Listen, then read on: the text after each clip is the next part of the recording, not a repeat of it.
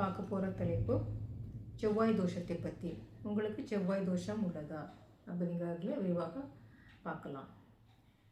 இப்போ நம்ம செவ்வாய் பகவானால என்ன சொல்லுவோம்?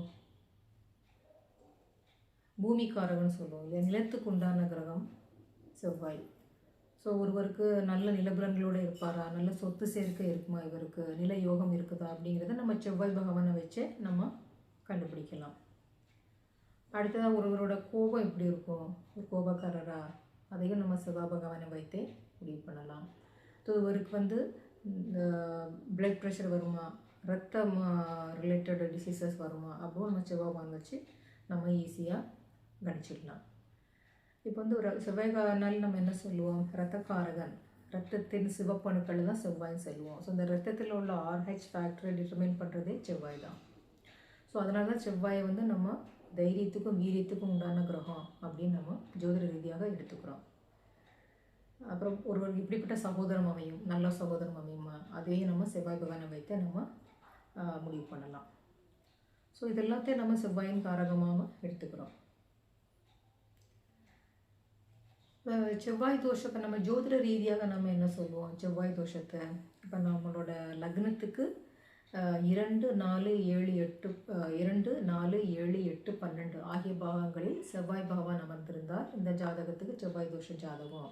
ஸோ இந்த ஜாதகத்தை இன்னொரு ஜாதகத்தில் இதே அமைப்புள்ள செவ்வாய் தோஷம் உள்ள பையனா பொண்ணா பார்த்து சேர்த்துக்கங்கன்னு திருமண பந்தத்துக்கு நம்ம சொல்லுவோம். ஸோ திருமண பந்தத்துக்கு செவ்வாய் ஏன் முக்கியத்துவம் கொடுக்குறோம் அப்படின்னு பார்த்தீங்கன்னா, செவ்வாய் தான் வீரியத்துக்கு உண்டான கிரகம்.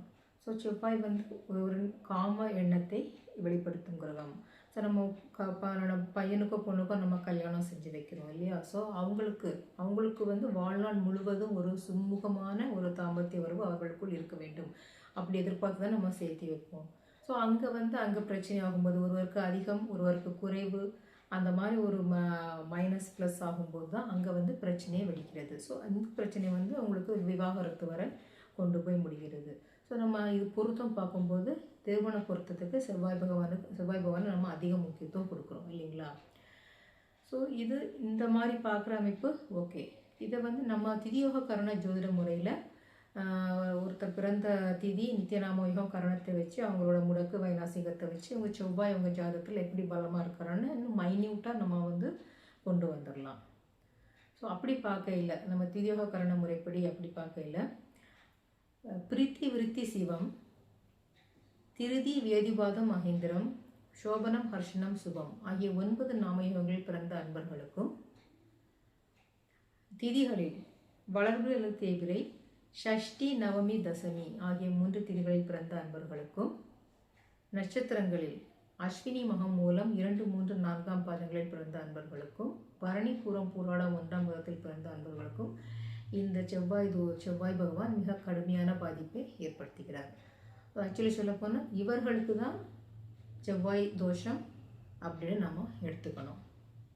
இது ரொம்ப ஆப்டாக இது ஒர்க் அவுட் ஆகும். ஸோ இப்படிப்பட்ட இந்த அமைப்பில் இப்போ நான் சொன்ன இந்த 9 நாமயோகங்கள் 3 திதிகள் இந்த நட்சத்திரங்கள் இந்த அமைப்பில் பிறந்தவர்கள் கண்டிப்பாக திருமண பொருத்தம் பார்க்கும்போது மிக மிக கவனமாக இருக்க வேண்டும். ஸோ பையனையோ பொண்ணையோ பொறுத்து பார்க்கும்போது மற்ற ஜாதகத்தில் எப்படி இருக்குது செவ்வாய் பகவானோட பிளேஸ்மெண்ட் நீங்கள் கண்டிப்பாக பார்த்தே தீரணும். இல்லைன்னா அது திருமண பந்தம் பிரச்சனையில் கொண்டு போய் முடியும்.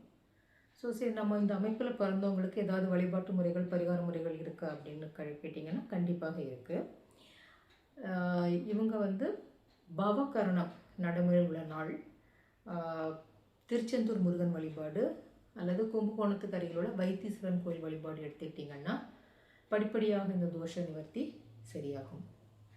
எங்களுக்கு பவகரணம் பார்க்க தெரியல அப்படிங்கிறவங்க செவ்வாய்க்கிழமை செவ்வாய் ஹோரை சென்று இந்த வழிபாடு எடுத்துக்கலாம்.